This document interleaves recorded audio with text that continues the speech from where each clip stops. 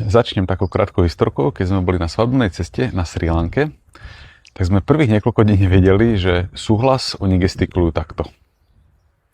To, čo sa podobá na nie, tak oni v podstate znamená áno.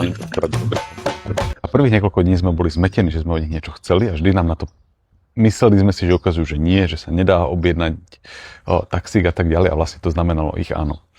Jednoducho, komunikáciu nemáme zakodovanú v DNA na úrovni, že čo znamená. Vo väčšine sveta sa zhodujeme na tom, že toto znamená áno a toto znamená nie, ale v princípe niekde môže vzniknúť nejaká komunita pomerne veľká, miliónová, niekoľko miliónová, ktorá si dohodne, že to bude proste robiť naopak, že toto bude pre nich áno a toto bude pre nich nie. Jednoducho, nemáme to nikde vtkané v DNA, ako napríklad to, že v nás bolí, keď sa dotkneme horúcej veci, to máme zakodované geneticky, ale to, aký je význam komunikácie, tak to sme si jednoducho medzi sebou utriasli a posúvame to ďalej.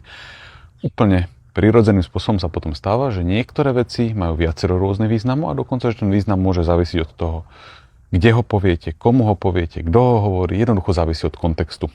Takže komunikácia je kontextuálna v tomto zmysle. Jednoduchý príklad, svastika, ktorá v hinduistickom chráme znamená niečo úplne iné ako vo filme o nacistoch.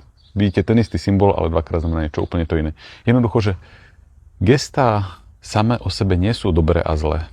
Dobrými a zlými ich robí kombinácia kontextu, ktorej im potom dáva význam. Takže to isté gesto môže mať nevinný význam a môže mať škodlivý význam.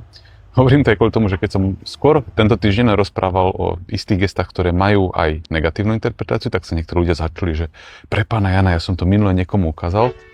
A znova, gesto môže byť úplne nevinné, keď nie je dôvod, aby niekto pri vás používal tú negatívnu interpretáciu. Takže myslíme na to, že gesta nie sú dobré a zlé samé o sebe. Gesta sú dobré a zlé v závislosti od toho kontextu, ktorý si s tým spájame, ale ten kontext môžu rôzne ľudia vnímať rôzne.